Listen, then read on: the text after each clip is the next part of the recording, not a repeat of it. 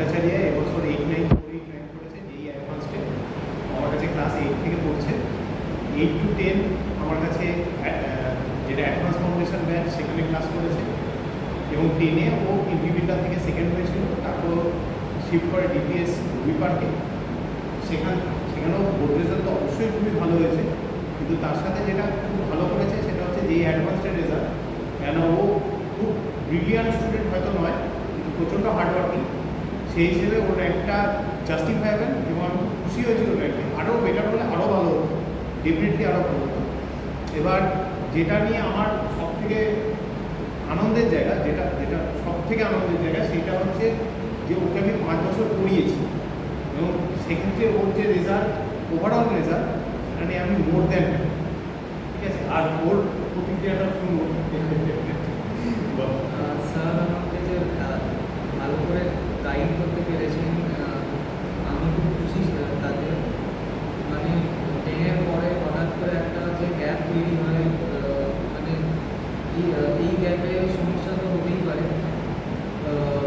যেমন কয়েকটা চ্যাপ্টার যে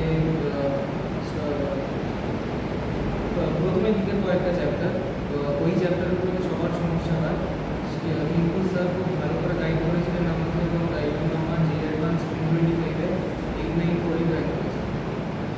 আমাদের সেই ফ্রাইডে ক্লাসগুলো, আচ্ছা, সেই ফ্রাইডে ক্লাসগুলো মানে কী বলবো স্যার, মানে স্পেশালভাবে কয়েকজনকে ডাকতেন এবং ভালোভাবে গাইড করতেন।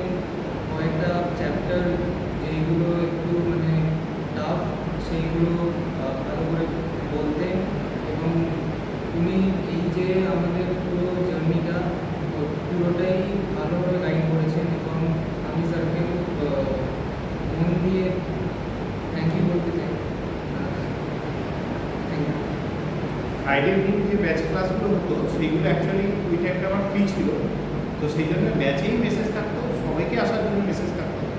কিন্তু এরম হয়েছে যে সবাই আসেনি, যারা একটু পড়তে ভালোবাসে বা আমার কাছ থেকে বা যে কোনো টিচারের কাছ থেকে, তারা যখন এক্সট্রাটা চায়, কারণ টিচারেরও এটা একটা পার্ট অফ রেসপন্সিবিলিটি যে তাকে যেন সে এক্সট্রাটা দেওয়া যায়। তো ওরা যারা আসতো, আমি তাদেরকে সবাইকে চেষ্টা করেছি আমার ক্ষমতা অনুযায়ী ওয়ার্কশিট করিয়ে, ডিপিপি করিয়ে।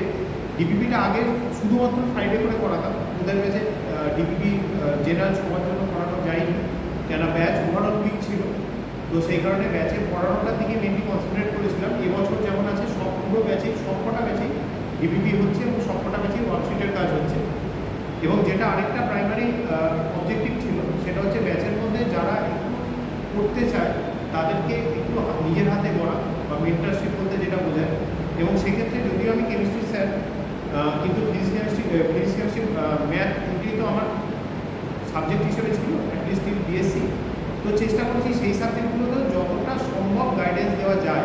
হ্যাঁ, একটা বাচ্চা তো ওভারঅল গাইডেন্স না পেলে তার পক্ষে তো 3টে সাবজেক্ট নিয়ে তো কম্পিটিটিভ দিতে হয়। একটা সাবজেক্ট যদি নেক্সটে একটু পিছিয়ে গেল, তখন সেখানে সমস্যা হতে পারে। সেই জন্য সেটাও আমি চেষ্টা করতাম প্রত্যেকজনের, মানে ওরা যারা র্যাঙ্ক করেছে বা হয়তো কোনো কারণে এবছর করতে পারিনি, তাদের ক্ষেত্রেও যতটা সম্ভব আমার যেটুকু আমার ক্ষমতায় রয়েছে আমি গাইড